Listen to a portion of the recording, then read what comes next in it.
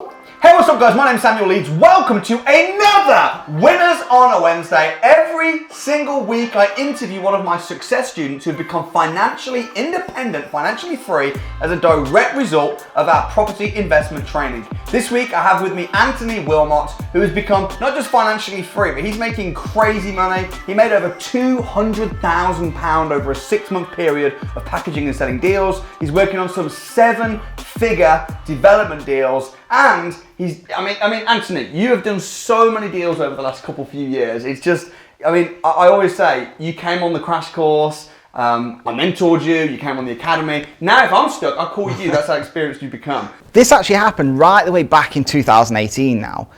January 2018, I was working as a retail manager for Sainsbury's, and I got told I was potentially in a position of being made redundant from my job. And I didn't really know what to do with myself at that point. And I remember reaching out to my brother, who was an electrician at the time, and saying, like, you know, maybe I can come and work with you. Maybe I can train to be an electrician. Maybe I can get into a trade. You know, I didn't really know what was next for me, you know, knocking on over 30, and I don't really know what I'm going to do.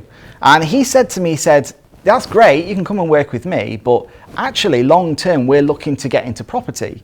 And I was like, sounds amazing, but I can barely keep the roof over my head, let alone buy another house. What am I going to do? And I remember him putting me in touch with some of your videos, and I thought, who is this absolutely crazy guy that I'm watching these videos of? This isn't really for me. And the more and more I delved into it, I came to the crash course, and it completely opened my eyes. And I was going to these free events, the crash course and some other networking events, and I was like, this is really achievable, this is doable.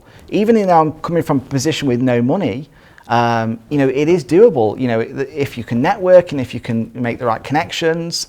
And really it just spiraled from there. I remember coming to the crash course and I did everything in my power to raise money to come to your advanced training, even crashed my car on the way to the deal finding extravaganza, but nothing was going to stop me from pushing forward for this. I'd made a commitment to myself that was going to get into property. You know, I could see the value I could provide to other people. I could see the position I'd come from in rented accommodation and how I now wanted to provide great houses for people. And I was really making that my mission. And ever since then, I've gone at it 100 mile an hour and I've not looked back. And it's funny because, I mean, you said as well at the crash course, you said to your brother, you were like, do you remember?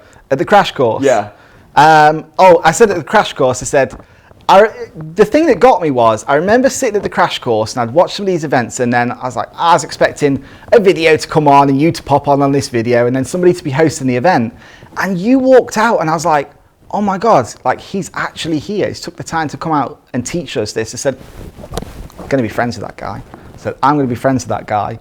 And that's one of the missions I made. And, you know, like you said, we ring each other up now, we have conversations, and, you know, we're friends, and that I didn't think I'd get one of my goals to come true, but it's about pushing forward, isn't it? The reason we did become friends though was because, I mean, for me, I pay attention to people get on my radar by taking massive action. And I saw you at the crash course, you had no money, not in a great place at all in lots of different areas of your life. And you know, you kind of hit rock bottom really. But it wasn't the end. You know, you were like, this is going to change. And you signed up for the deal finding extravaganza. I don't know how you afforded it. How did you get the money for that? So I actually put it on my credit card at the time. Yeah. Because I paid for myself and my brother. I put it on my credit card and I was like, don't worry, I've got this. We'll sort it out. We'll be fine. And so coming to that event was life changing, because networking with the people that were there, and even just the first 10 minutes of that event, you know, at these you know, advanced courses, one of the first things you do at the Deal Finder Extravaganza was, so what's your strategy? What are you looking to do next? And I remember being always first to put my hand up, and you were like, yeah, go ahead, what's your strategy? And I told you and you went, stupid.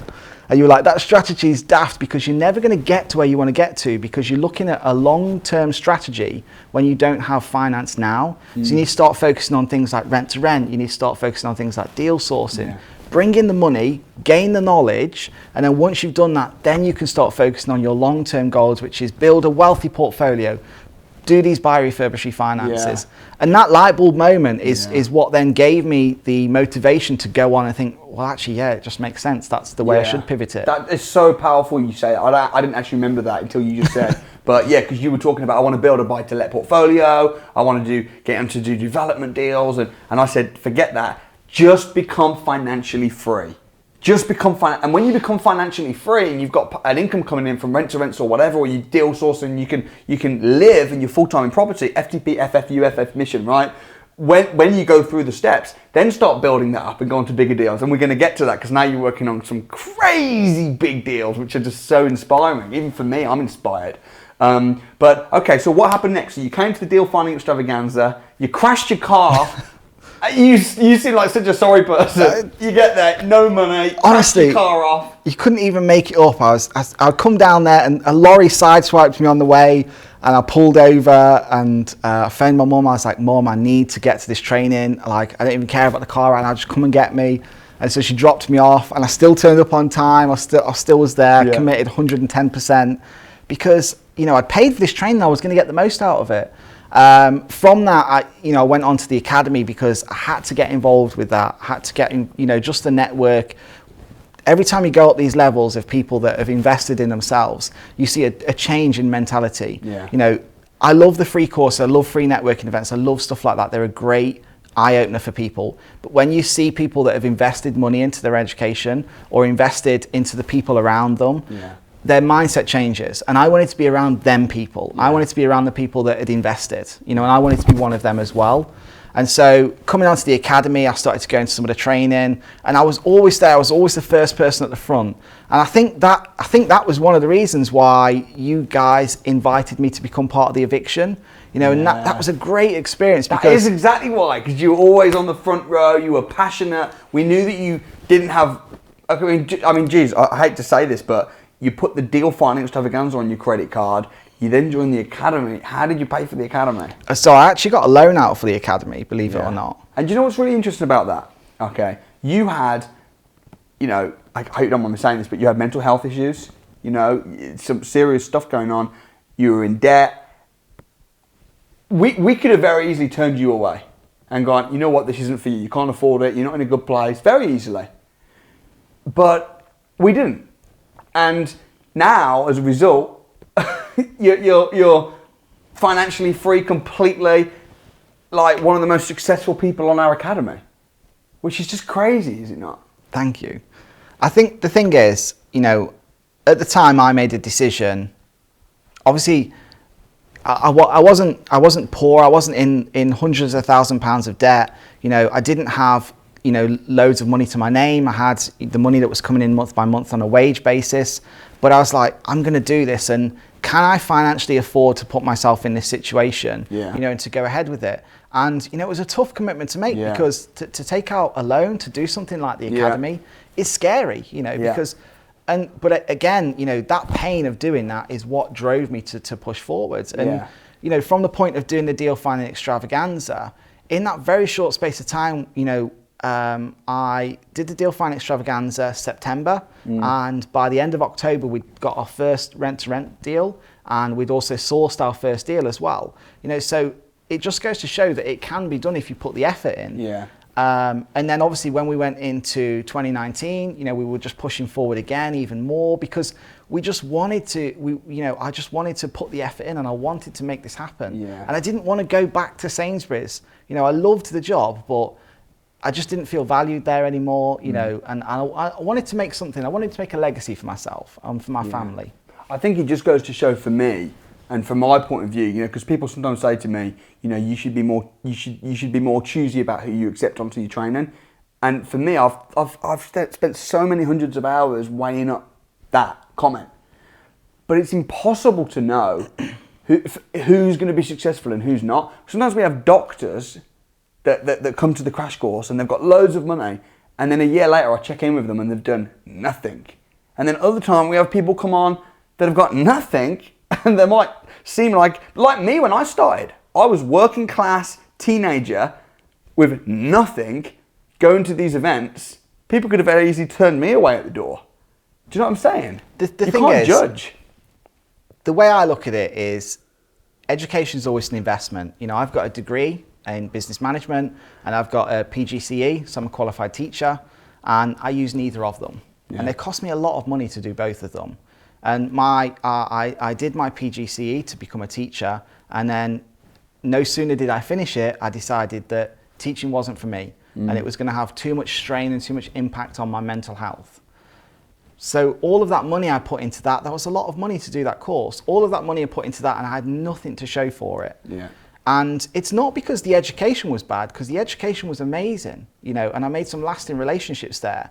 But it's just about, you've got to look at, you've got to put the effort in of where you want to go. And sometimes it costs, and sometimes it doesn't. Yeah. And for me, I mean, you made the choice. No one told you to go and get a loan. No. No one told you to put something on your credit card. All we did was tell you how much it cost. And then you made that decision and you put the effort and you made it work. I remember saying to you, I remember setting you a challenge and saying, you've got to view 40 houses in the next month. Or was it 2 weeks? It was 2 weeks. 2 weeks. And if you do it, I'll give you £1,000 cash to fix your car. Yeah. And then when you didn't do it, you were just shy. I think you got 36 houses. 36, yeah. I was actually like, well, I saved myself £1,000, but I don't care if I'm gonna have to give you £1,000 or not. What I care about is if you try and view 40, even if you do 36 or even if you do 26, you're gonna make more money than £1,000 as a result, because you're gonna, well, what happened? Well, that's how we've secured our first deal. So I viewed 36 houses. I could have gone for the 40, but we'd secured a deal and I wanted to focus on selling that deal. That's the whole plan. It's not about just winning a bet.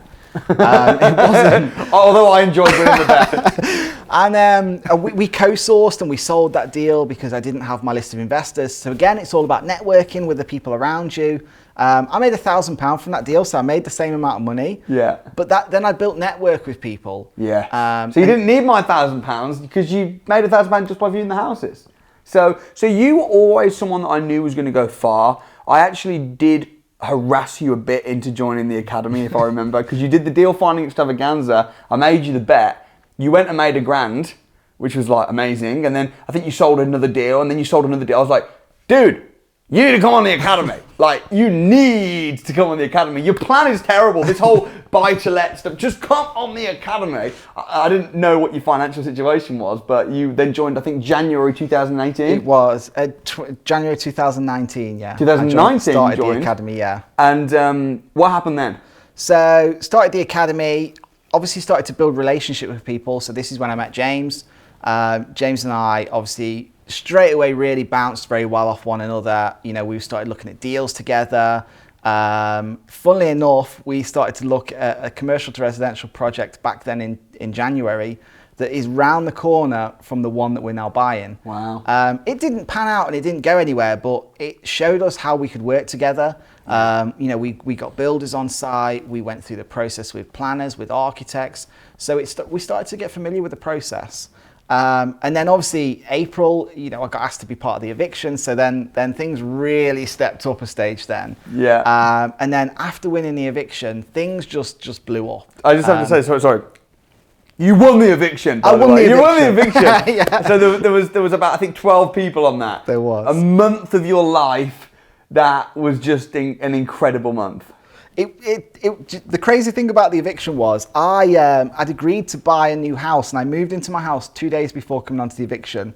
So I moved in and gave the keys to my partner. I said, I'll see you in a month because I am winning when I come back. Yeah. And for anyone who doesn't know what the eviction is, you might have just seen it on YouTube, but a bunch of people living in a house or a castle. I think we were in a castle together that month, and every challenge that we finish, someone gets evicted until there's the winner. You and Hannah were in the finalists. And you won, which the prize that year was £20,000 hard cash. What did you do with the 20 grand? That's what I want to know. So I've actually used that to invest in some of the strategies we're doing now. So it's gone on some of the soft costs of planning, into some of the projects we've done. We actually secured 5 lease option apartments whilst we were on the eviction. What they saw on the TV, when they saw you going and securing 5 lease option agreements from scratch, you actually kept those. We actually kept them. We took them on. We rented them out as serviced apartments, and then we had an agreement to take them on as lease options. So we put some money in towards doing some renovations on them as well. I actually, as I said, moved out of my previous house, so some of the money went to refurb that. So that became a buy, refurbish, refinance project. Yeah. So I actually kept that house and now rent it out to tenants. Yeah. That year, you just did so much in 2019. So much, Tell me about the highlights of 2019. So 2019, I'd obviously had my first serviced apartment in Sheffield. We secured 3 more in Sheffield, so I ended up with 4 serviced apartments. We got the 5 lease option apartments. And then I've got my 2 buy refurbish refinance houses as well, which I've got. We also agreed the sale on a commercial to residential project in 2019. So this is an old pub that we're going to turn into 6 apartments. So this is a joint venture with James Armstrong. And this was the first real taster we got from commercial to residential. In 2019 as well, we actually came across what I keep calling to you the secret project. So it's a commercial to residential grade 2 listed building that is going to be absolutely phenomenal. And like I keep saying to you, once we've got planning through it, I'm going to take you there. James and I want to give you the full tour presentation, and I know your jaw will hit the floor when you see it. I can't wait to see it. And I mean, it really is the secret project because I have no idea what it is. Anthony, you've not told me a thing. All you keep telling me is how much money you're going to make on it, which is, all I'll say is in the 7 figures, right? So ridiculously exciting. You're supposed to hopefully be completing on that pretty soon. Yeah, so we should be complete in January of this month, year. hopefully. Yeah, this end of this month. And it's taken so long for us to get into this situation. So all these great things that happened in 2019, like you said, over that period of time from when we left the eviction as well, we actually made over £200,000 in deal sourcing as well. That's incredible. So we were working hard. That was in the 6-month period as well. We were grafting hard. You know, we were working really hard. And of them projects as well, we've project managed some, so we've actually managed refurbs for our investors along the way as well. And you know, you would see on my channel and on my Facebook and things where we document this journey just to show people what we're doing. You show people that it's possible. But can I just say that again? £200,000. £200,000, yeah. From July 2019, was it? Until January 2020?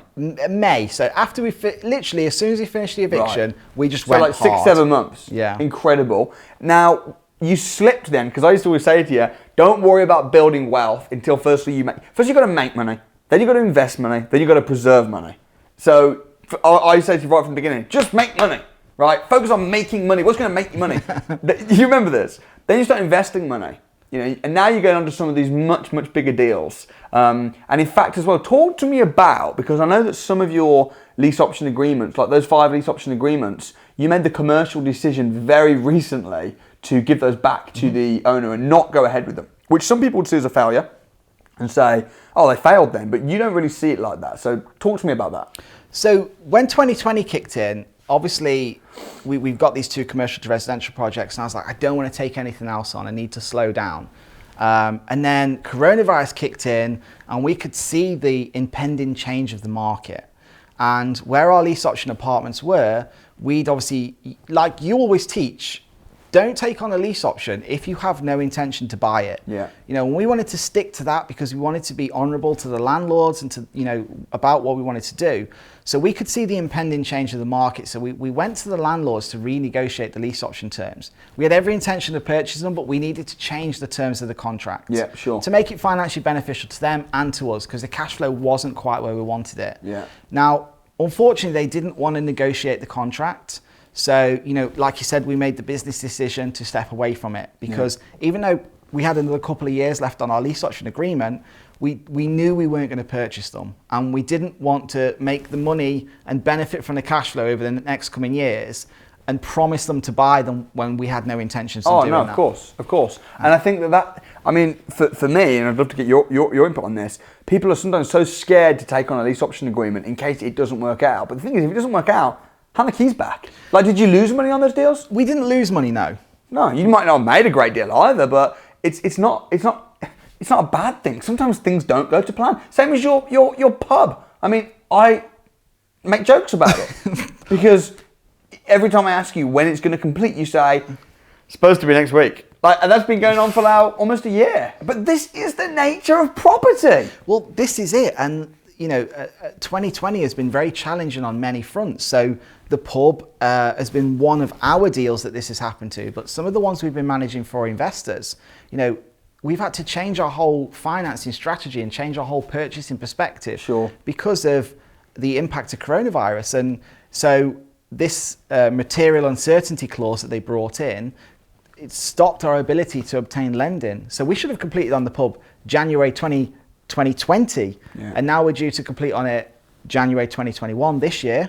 And that's all because of the way lending's changed. We've had to raise additional finance for it. We've had to completely change the structure of how we're purchasing it. Yeah. But it's about adapting to the changes in the market. And dropping these 5 lease option apartments was just that, adapting to the changes in the market. Yeah. And, you know, our rent to SAs in Sheffield, we made the same decision with them. We had 4, we decided to drop 2 because they just weren't doing what we wanted to do. And the landlord was great and would give us, he was happy to give us rent holidays on the properties and work with us and negotiate. But the market just isn't coming back in the area where these apartments are. Yeah. So we decided rather we would, you know, have an agreement with the landlord where we would let him keep all the furniture, so it makes it beneficial to him. We actually help them find a long-term tenant for the properties as well. Yeah, relationships so important. Exactly. So with your portfolio, I mean, obviously the properties that you own, you buy, refurbish, you finance deals, great, cool, kept them nice and healthy. But with the ones that you were controlling, you got rid of some, you kept some. I mean, you've still got 2 rent to rent, so they're making money? Yeah, they still make good money. Yeah. So they're actually located in the city centre of Sheffield. So throughout the pandemic, we've had, when all the lockdown finished and things started to peak back up, we were getting daily tenants coming in, people coming on staycations. As things have come into the tier system again, we've got long-term tenants there. So we're actually booked right now with them. Yes. We've got long-term tenants, which is great. Right the way through the new year, we had long-term tenants. So we're not really worried about them because we know as we go into this year, they're positioned right. And that's why we kept them. That was the right business decision for us. Yeah. You've grown so fast and you've grown so big, but I feel that you've done it in the right way because you've not massively over-leveraged. I know you've raised a lot of money, but you've also made a lot of money. How much money did you raise last year? So in 2020, we've raised just over £1 million in investor finance. That's incredible. And it's because we decided to pivot our strategy. Yeah. So there's going to be a lot of changes with planning regulations and permitted development. So we've decided to change our strategy to more of commercial conversions and development. And so we've spent the whole of the year, I spent the whole of 2020 focusing on finding land deals, finding development projects. We've actually sourced 6 throughout the period. Most of these we found through lockdown as well. Yeah. When we found some great commercial to residential and some great land projects that we're going to be pushing forward in this year. Yeah. So, and you've got a piece of land, you're going to be building 24 houses on it. 14. Oh, sorry, 14. Yeah. That's your next deal, right? That's the next one. That's the next one. We'll be building 50 before you know it. Yeah, but still 14 houses, dude. That's incredible. But this is a great plot, and Where is it? So this one's in the northwest. Yeah. And we're joint venturing this with James Armstrong and David Taylor. So David Taylor actually did all the initial appraisal on the land of this site a long time ago. And now the vendor's selling it. We're going to be taking the site on and developing it ourselves. So I'm really excited. But again, these relationships have come from the academy, and I'm excited to take this journey with them, and it's going to be great. So we know that this is going to be a great unit. And the one thing I like particularly about this site that we're buying at the minute, why we've got loads of confidence with it, and we raise the money like that, is because across the road adjacent to where our site is a development that's just gone on with, I think it's 40 houses that's been built on there, 34, something like that. I can't remember the exact number. But that, when we're looking at developments, is exactly what we want to see. Yeah. Because when somebody's developing somewhere, one of these big builders, then we know that if we pick up a smaller site, it's exactly what we want. Yeah. And you know what? Development is obviously something that we don't talk too much publicly. I don't do loads on my YouTube about it because it comes with risks if you don't know what you're doing. It's the same as like auctions, and when you're doing this sort of deal, packaging and selling deals or doing a rent to rent, or if it doesn't work out, you just hand the keys back. Offering to buy a piece of land to build 20 houses or 14 houses, you really, really need to know what you're doing. And I always advise, and I advise this to you, I was saying yesterday, I was talking to a guy who was saying to me, I've got 1.3 million pounds, I want to invest it, I want to do a big development deal. And I say, look, keep 1.2. Let's play with 100 grand. Let's do a little BRR deal to get your confidence up. Because I know if I'm working with him on a £1 million deal, he'll be a nervous wreck. And I think one of the great things that I've seen about you over the last couple of years, well, almost a few years now, is your growth journey. You started off, you came to me with nothing, and you've grown to the point now where you're doing deals that are massive. really, really big deals, and you've grown into that. You've made money from deal sourcing, you became financially free from your rent to rents, you've got your lease options, which you've now given back, unfortunately, but whatever. But just the journey, it's the perfect example of the progression on the property journey. I mean, what would be your biggest advice if you were advising someone that's you 3 years ago? What would be your best advice to get started? Honestly, I think my best advice is always the advice I give to people is about networking. The academy and the people around me are the reason why I am where I am now. And 2020 has been such a difficult year for most people, me included. And I become part of an accountability group with some of the people on the academy. And, they'll be watching this video and they know who they are. And them people helped me through where I am now. Yeah. We keep each other accountable and we help each other push forward. Yeah. And I think if you haven't got that network of people around you, then who is there to keep you accountable? Because when things get tough, you'll just go back to sitting watching TV. You won't keep yourself accountable. So true. And you know what, the academy is so much more than Samuel Leeds. Yes, I started it, created it, but the environment and the people on the academy, it's just something absolutely, you can't even explain it. And the crash courses as well. I think you can probably more than anyone, hand on heart, say it all starts at the crash course. It does. And you know what was absolutely amazing to watch recently? I mean, I love coming to crash course and I love my, 5 minutes of fame or 20 minutes of fame or whatever it is to time to get on stage. But it was so humbling to watch the virtual crash course and see some of the academy members talking about their journeys, and you kind of sit there and think, oh my God, I remember having a conversation with you about that. And it's great to see that you're growing and just seeing everybody's journey, and then watching some of the people that you pull out at the crash course, and then thinking, if you continue on that path and you continue on that journey, in 12 months' time, we'll be sat there watching you, telling everybody about your journey. Yeah, and that's the thing. And it's really interesting as well. I want to talk a little bit about your journey as well, because we have got you involved in some of the trainings. I pull you up on stage quite a lot, and now you do give back an awful lot to the academy. You came to the academy initially to learn how to become financially free, but now, okay, fine, I'm sure you get a lot from the academy still now, but now you give so much to the academy. I mean, when you speak to all of our academy members, it's like, what's the best thing about the academy? Anthony John is the best thing about the academy. Because you just spend so mumuch time, you don't have to, but just adding value, sitting with people, talking with people, mentoring people, sharing your experiences, taking people on sites. And, I want to talk a little bit about why you do that, because I think it's interesting who you hang around with rubs off on you, and people sometimes don't understand. Sammy, if you make so much money if you make so much money, I don't make any money from training, as you know, I don't make a penny.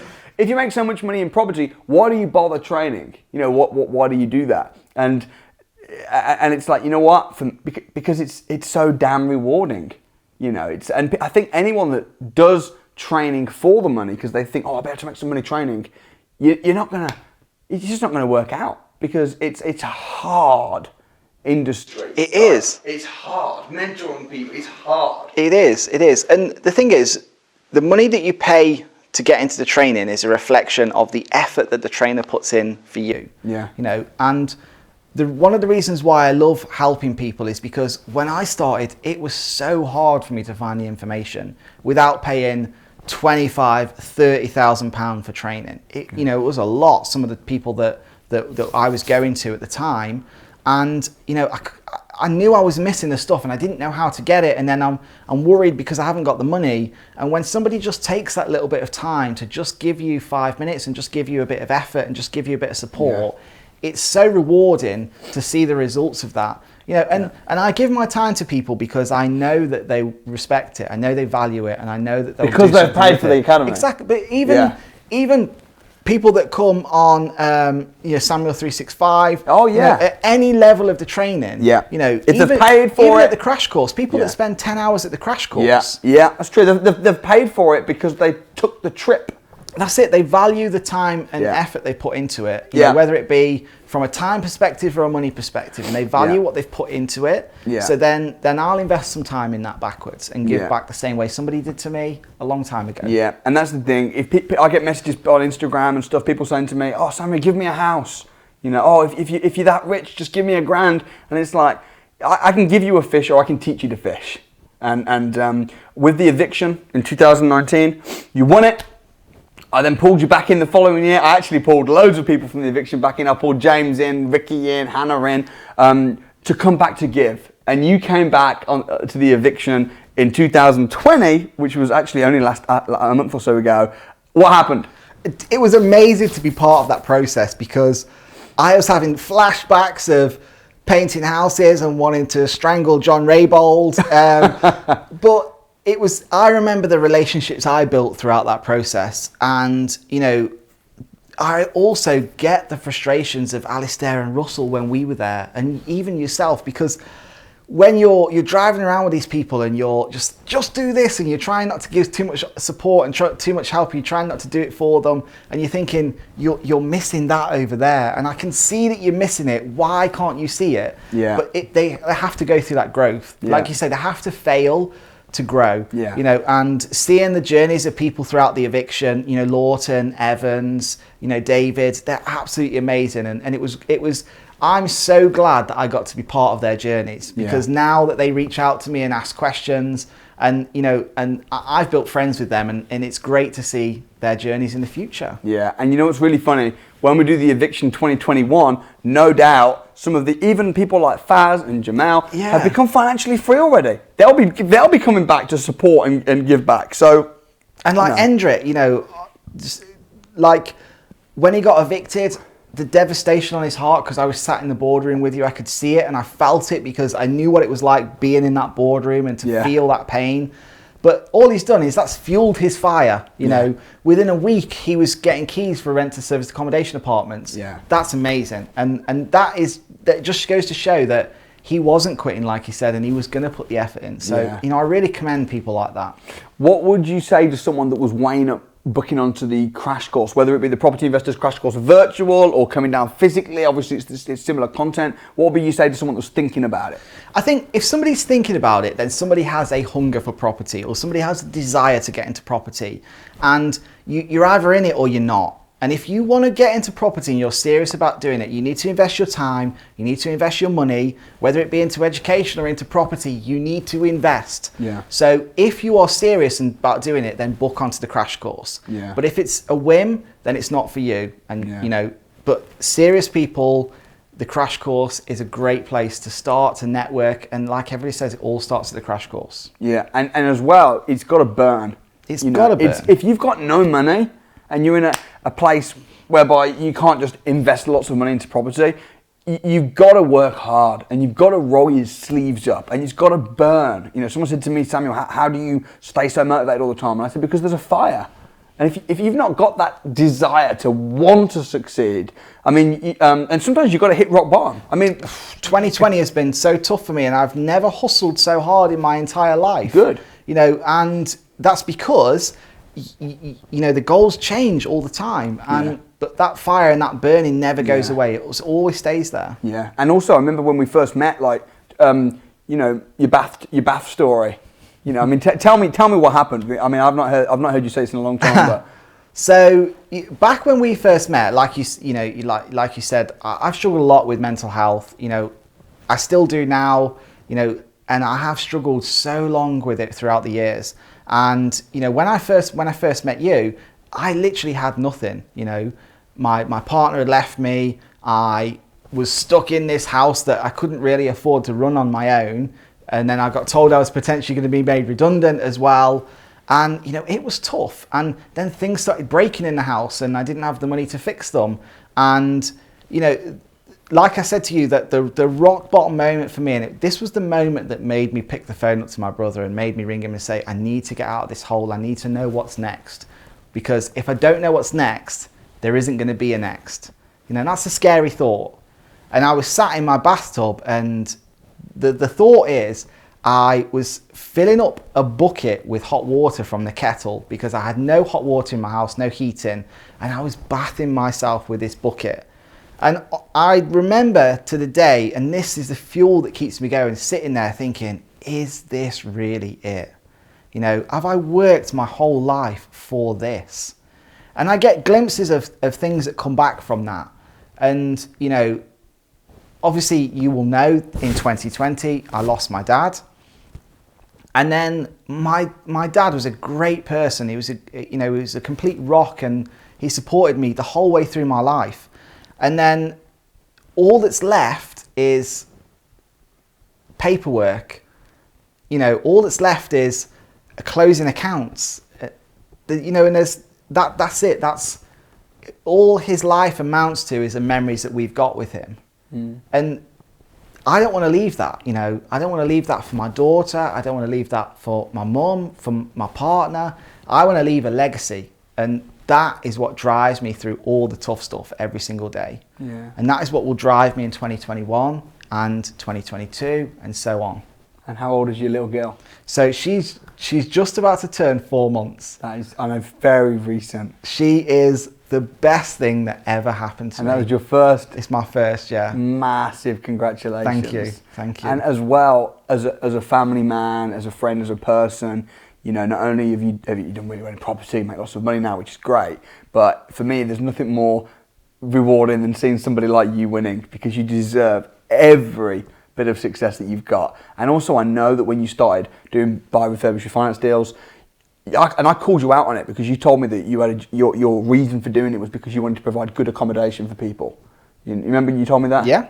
And you said that. I will still do that. My reason for doing any property strategy is because all of these crappy landlords that are out there, I will make my properties better and make them go out of business because nobody wants to rent their properties. Yeah. Because I have been in that crappy rental property with the single pane windows and the mold on the walls.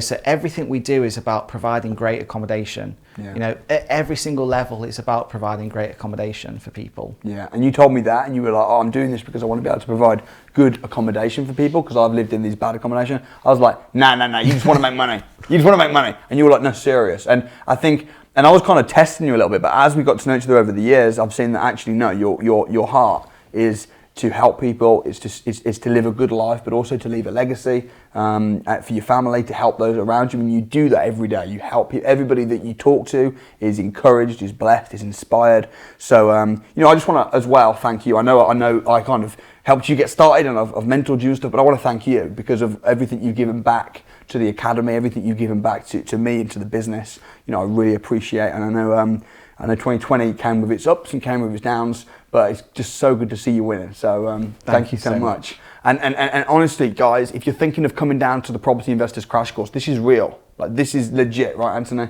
This is legit. So I'll leave a link in the description below. Come on down. People aren't talking about this. You won't hear about these types of methods in school. You won't read about them in the books. But this is real. Is it easy? No, you're going to have to put hard work in. Is it possible? Yes. So I hope to see you at the Property Investors Crash Course. It's free, it's virtual, it's on me. So I'll leave a link in the description.